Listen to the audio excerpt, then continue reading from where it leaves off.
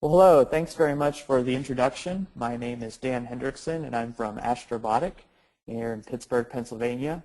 I apologize for my inability to be there to present in person. Unfortunately, had a prior conflict on the schedule that prevents me from being there. But I do want to send a warm thank you to the conference organizers, the workshop organizers for the Lunar Surface Applications Workshop. It's a really excellent and great event to be hosting because there's a variety of exciting activity happening in the cislunar space area, and now's the time to be having these discussions. And so with that, I'll go ahead and get started with the presentation today. So as mentioned, I'm from Astrobotic Technology Incorporated, or just Astrobotic for short. We're from Pittsburgh, Pennsylvania, originally spun out of Carnegie Mellon University, a world-class robotics institution. And we do space missions as a service.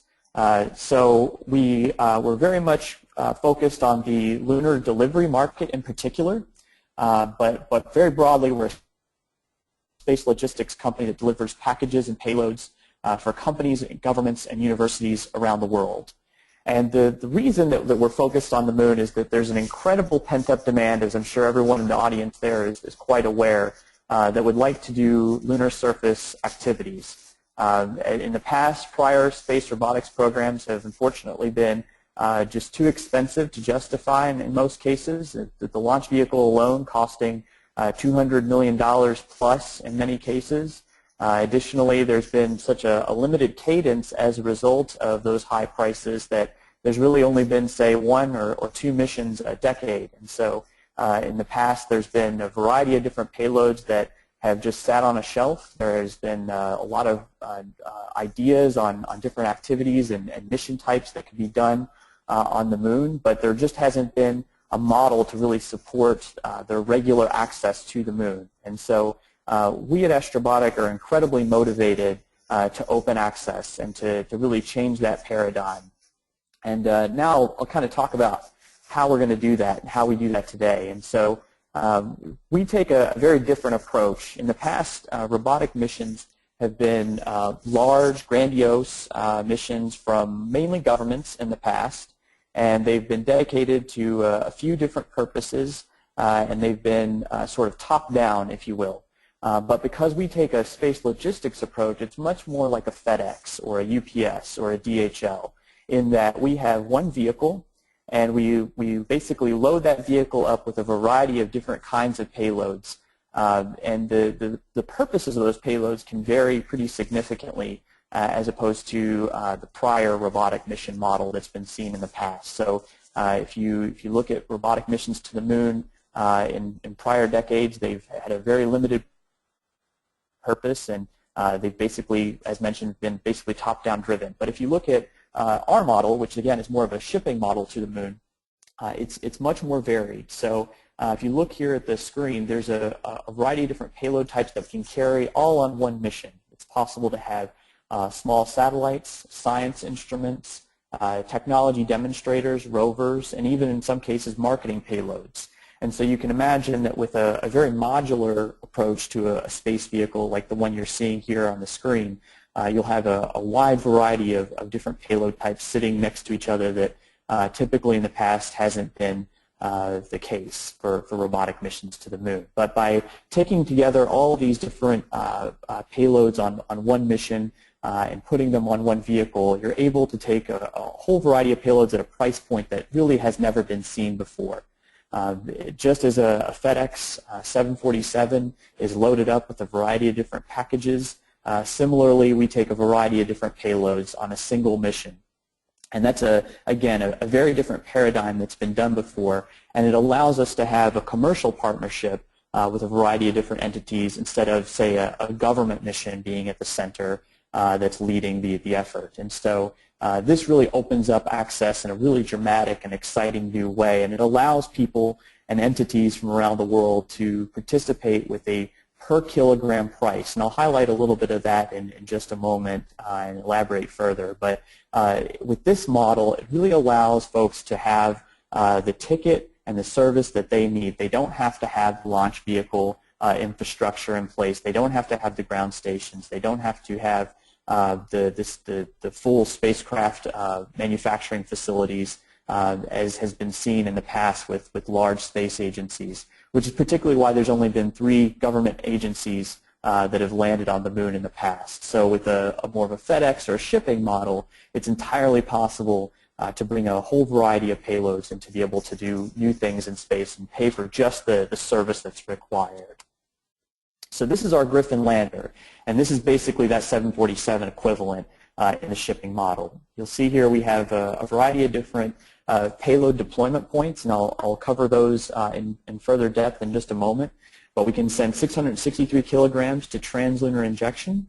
We can do 515 kilograms to lunar orbit and 270 kilograms to the surface. But those are all exclusive to each of the deployment zones. So if you purchase, or if 270 kilograms of surface payload service is purchased, then that certainly limits the translunar injection or the lunar orbit deployment opportunities. It's not possible then to send a TLI or to lunar orbit. So those are a little bit of those numbers are traded off one against another.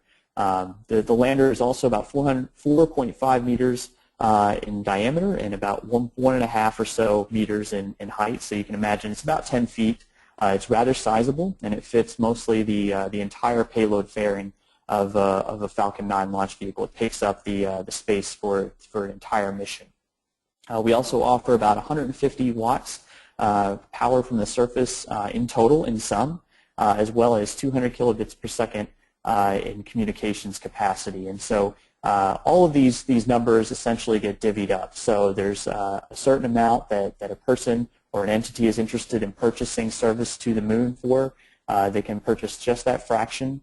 And similarly, they're provided a certain power allotment and a communications allotment that goes with that mass that they purchase. But if they need more, it's possible to purchase additional power and communication according to the requirements of their payload.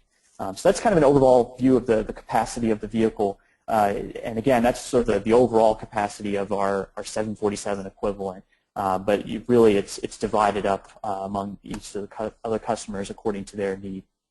So looking here, because we have a very modular spacecraft that allows for a whole variety of different payload types at different destinations, we have a number of different types of payloads that can go to the moon and go to the surface. So you'll see here on the farthest left corner, farthest left box, we can provide the opportunity to send smaller landers. It's possible to deploy a lander in translunar injection or on the actual surface itself, as represented in this box. It's also possible for us to send a variety of different rover types, all the way up to an entire large dedicated rover that can be placed on the top of the Griffin lander, or it can be mounted at a smaller size under the underplate.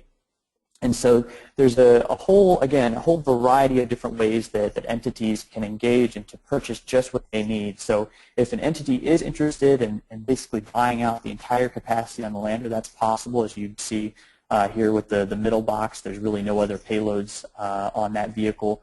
Or it's possible to just buy a smaller allotment all the way down to perhaps even something as small as a CubeSat. Which brings me to the third box here on this slide, and that's to highlight that we can provide the opportunity to deploy satellites in lunar orbit. And so that can be a CubeSat, it can be a larger vehicle. There's just a variety of different options that are possible, and that's really the strength and advantage of our service, is that we have so much capacity that's available to do really robust and exciting missions, but at a very low cost, as traditionally seen for robotic space missions in the past.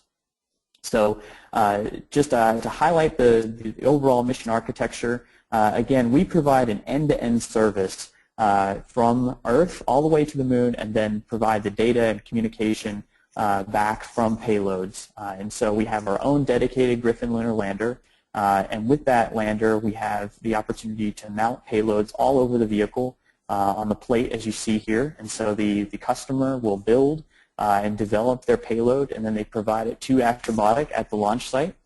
We integrate that onto the lander, and then we launch from a Falcon 9 launch vehicle. And it's important to highlight here, I think, that we're not a hosted payload. We're not a secondary payload. We buy out the entire mission on the Falcon 9 launch vehicle. And so, as mentioned, with our size, it really allows for a very robust capability for our customers. It allows us to send to different destinations, but it also provides customers the opportunity to buy really just what they need and to be on a shared mission with a variety of other customers and to lower that cost. And so it's a very different way of doing missions, at least for the moon. But if you look at communication satellites, for example, they have a variety of different transponders, a lot of different payload types that can be on one bus. And so similarly, we're just going a little bit further than the geo belt, going all the way to the moon and carrying a variety of different purpose payloads on board. And so we take our vehicle and we land we go all the way to the surface with the Griffin lunar lander. Once we're on the lunar surface, we transmit the data that's generated by the payloads back to Earth utilizing a pre-existing ground station network that we just purchased time on. That data is then sent back to Pittsburgh to our control room, and then it's sent out to the customers over the internet. And so it's possible then for a whole number of different control rooms around the world to receive their data direct over the internet and to receive the data from their payload from the moon. And so it's possible then for customers to have their own control room no matter where they are, and it really allows for a reduced footprint overall, which is a really exciting opportunity, I think, for customers to be able to have their data in their own control room. So this is an outline of our overall service from start to finish. So as mentioned, we are on a dedicated Falcon 9 launch vehicle. We are not a hosted payload, we're not a secondary payload, and as a result of that, we can dictate when we launch. We can make sure that we are able to offer the service that our customers expect, and there's no uncertainty to that. And so we launched from Cape Canaveral Air Station down in Florida. We deploy initially off of the Falcon 9 launch vehicle our lunar lander at translunar injection, and it's here that we offer the first deployment point for our payloads. We offer the opportunity to be deployed at $99,000 per kilogram, and this is a trajectory that can go beyond the moon if customers so desire, or there's the opportunity if you have your own lander that you'd like to send and land directly on the moon independent of ours. It's also possible to deploy here at TLI. And then we go into cruise, and then we use our onboard propulsion system from the Griffin lunar lander to enter lunar orbit. It's a polar orbit, so we provide full coverage of the lunar surface north to south. It's here that it's $198,000 per kilogram for deployment in lunar orbit, and again we can carry CubeSats all the way up to something much larger as desired. And then we use that same onboard propulsion system for the purposes of reducing complexity and try to make it as simple and straightforward as possible and reduce cost. And we go all the way to the lunar surface with that onboard propulsion system at 1.2 million per kilogram. And it's at this final deployment point that we offer bandwidth and power to the payloads that stay connected to the lander. And it's also possible to deploy from the lander, and we provide what basically amounts to a Wi-Fi connection for our customers so that they can be provided with data communication back to Earth if they have, say, a rover or some other mobile payload that wants to go out and explore or do some kind of science measurement away from the lander and elsewhere on the moon's surface. And so we offer those services with a preset amount for each payload mass, but then there's additional bandwidth and power that can be purchased, and you see the prices there as needed. So for our first destination, we're going to a place called Lacus Mortis, which is about 45 degrees north, 25 degrees east on the moon. And we're incredibly excited to visit this destination because there's what's known as a lunar skylight here, we believe. Skylights are basically lunar caves, and so we think there's an incredible opportunity to send our first mission to one of these openings to better understand and perhaps characterize the nature of these skylights.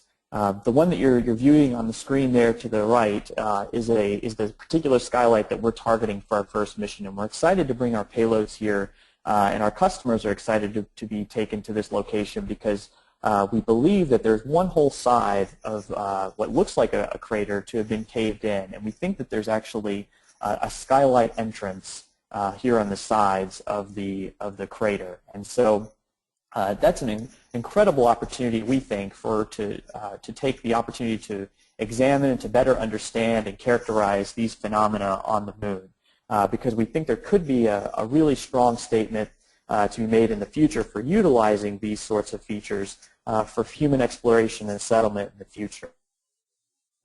Skylights could offer an exciting protection from the elements, much the same way that for early cave people they utilized caves to receive protection from the elements, from the environment, from predators. And similarly, it may be possible to utilize lunar caves to be protected from micrometeorites, from radiation, from the extreme temperature environments that are seen on the lunar surface.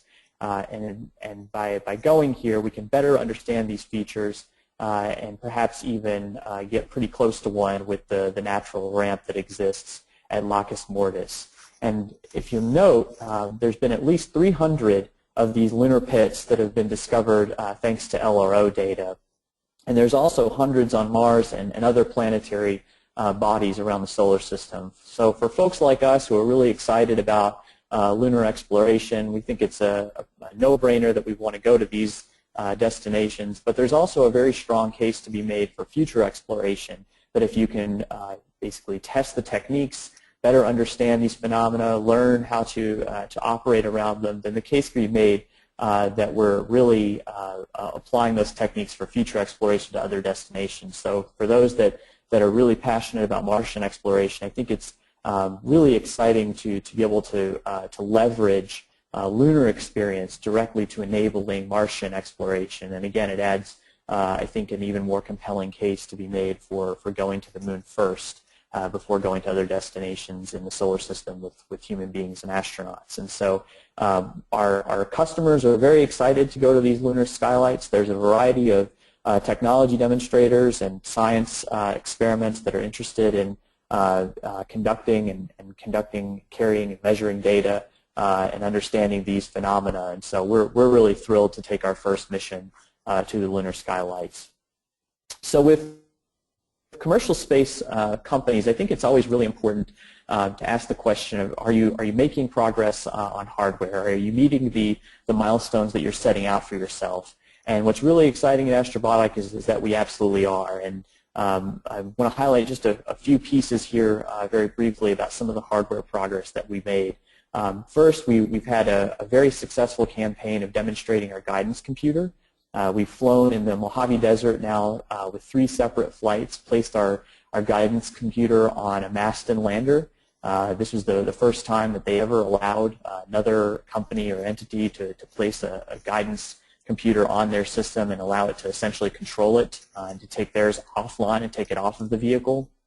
And we launched the Maston lander to about 250 meters above the desert floor, and we basically provided an onboard map and fully autonomously landed the Maston lander using solely our guidance computer to reach a preset area and to reach it very safely and to avoid all hazards. And so, as mentioned, with 250 meters, avoided the hazards that were on the ground, which you can see here are sandbags, and basically simulated the very last approach to the moon and to the lunar surface, and very successfully was able to compare against maps that were on board that were preset, and to use a stereoscopic visual system in coordination with LiDAR to avoid all hazards, and to safely go within a preset landing area that was free of hazards. And so this was a really exciting and thrilling test, because we were able to repeatedly demonstrate that the guidance computer worked as advertised and was fully autonomous, had absolutely no GPS or outside guidance assistance. It was fully on board, and really it's very similar to what the Apollo astronauts did, really, of looking outside the window and looking for the hazards and comparing it against the prior knowledge and maps that they had of the moon, except in this case it's fully automated and fully closed loop with its own computer. And so a key capability that we demonstrated, and this was also key for the Google Lunar X Prize, which I'll highlight here in just a moment. We've also done a number of other important tests. We've been testing our payload release mechanisms and schemes and making sure that they work as expected and are as modular and straightforward and simple as possible so that they can support a variety of different payloads from around the world. Because again, we want this to be as simple and straightforward as possible for our customers, with the emphasis on making sure that they can get their payloads to the lunar surface and they work as they expect them to with our delivery system. So as mentioned, we are a Google Lunar X Prize competitor.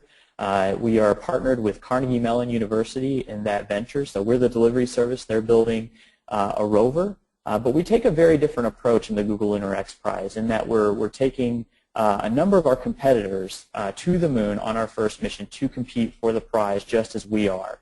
A variety of teams really have just a rover or have a vehicle to compete for the prize, but they don't necessarily have a clear, straight forward, easy way of getting to the moon on a launch vehicle and on a mission. And so because that's exactly the business that we're in and that's exactly what we are specialized for, and that's exactly what's really motivated us to not only compete in the prize but also to establish a reliable commercial lunar delivery service, we're excited to bring our competitors with us and basically create what will be a race essentially on the moon. So the winner of the Google Lunar X Prize, which is the largest technology prize ever in history, wins the pot if they make it to the moon and can travel 500 meters on the lunar surface and send back HD images and videos. So you can imagine that if you have a variety of rovers from different teams all at once deployed on the lunar surface, the first to reach that 500 meters wins the prize. And so we think it's all the more exciting for this to be a high-stakes rover race on the moon, or even a vehicle that isn't a rover but can still compete and be delivered by our vehicle. We think that's an incredibly exciting opportunity for everyone involved. And so as a proof point of that, we actually had our team announcement in February that's joining our mission. We'll be carrying Team Hokuto from Japan, and we're also in discussions with other teams right now. So we're very excited about this scheme. Is really starting to gain traction and is an excellent model, we think, for winning the prize. Additionally, we've had some exciting news earlier this year. The Google Lunar X Prize had milestone prizes ahead of the full technology prize. So in lead up to the full Lunar X Prize, there was a milestone competition to demonstrate core capabilities in imaging and mobility and a variety of other capacities. And Astrobotic was incredibly excited to win all three of the Google Lunar X Prize milestones that were laid out for the competition, and we were the only team to do so. So out of 18 teams, there were 5 that elected to compete for the milestones, and Astrobotic was the only one to win all 3 of those milestone prizes. And so we were really thrilled to differentiate ourselves among the competition and to demonstrate core capabilities that are absolutely necessary if you're actually going to be able to make it to the moon. So that was a very, very big thrill, and we're excited to take those competencies and to offer them for our customers to get them to the moon. We're also a partner on the Lunar Catalyst program, which is a no-funds exchange program set up by NASA that's similarly modeled to the first stage of the Commercial Orbital Transportation Program known as COTS. COTS was a very successful program to develop new transportation methods for the space community and for NASA to rely on to resupply the International Space Station. That's what led to the SpaceX and orbital vehicles that now resupply the space station on a regular basis. And similarly, NASA sees a strong promise in commercial lunar delivery. They can see how the reduced cost of commercial lunar delivery and the simplification of an end-to-end service is an incredibly exciting prospect for helping the agency meet its strategic goals and to really open up the moon once again to a variety of different mission types that NASA has longed to do, but just hasn't had a cost-effective and simple way of doing that. And so similar to COTS, where rides are really just purchased as needed and as a service, similarly, the Lunar Catalyst program is an opportunity to develop commercial lunar delivery and to provide that same type of service but for the moon.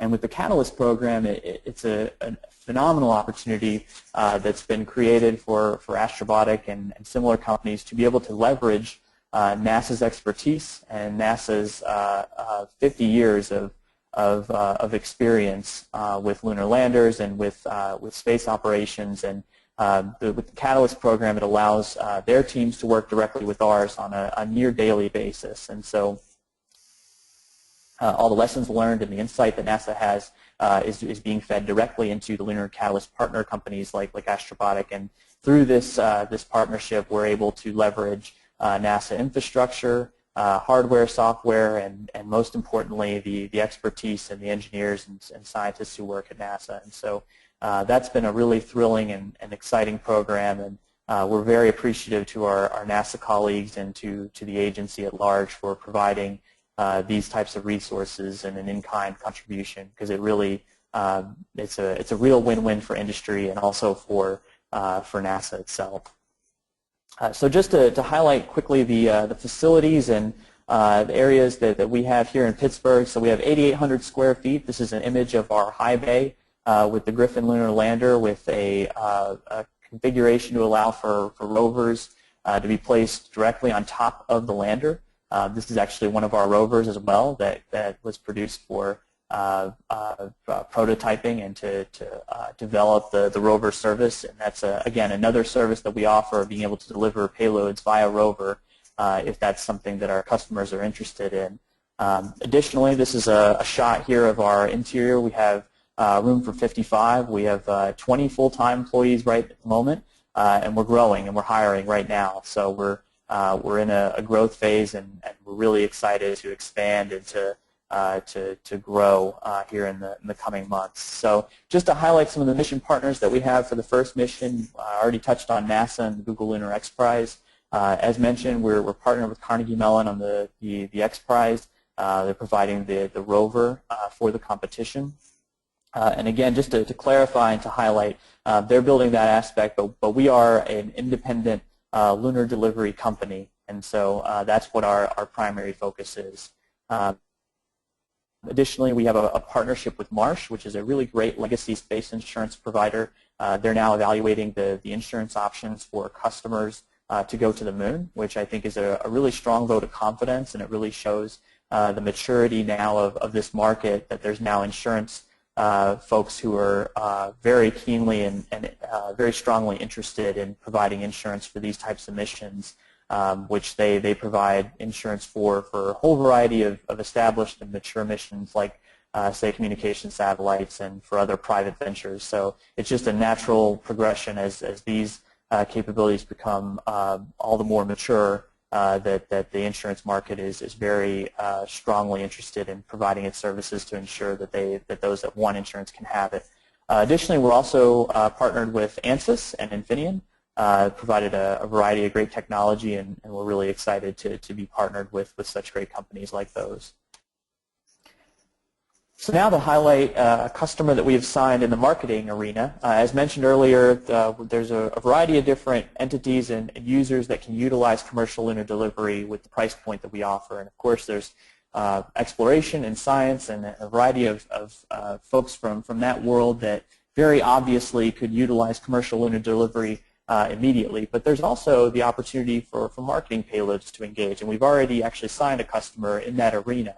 Particularly the Pocari Sweat drink from Japan. So it's a very popular drink. It's very similar to Coke, and it competes heads up with Coke. And they actually have purchased the opportunity to send a time capsule to the moon.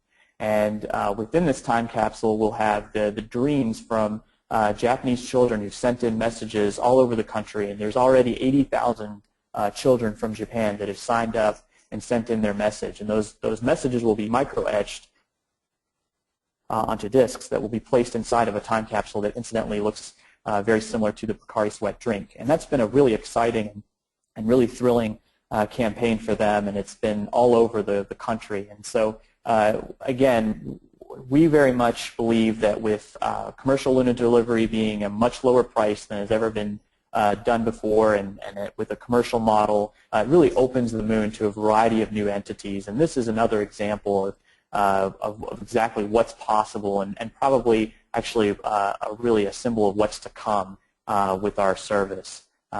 And so just to wrap up, this is really what our service is all about, what you see here with the moon, with a variety of nations' flags all over the moon.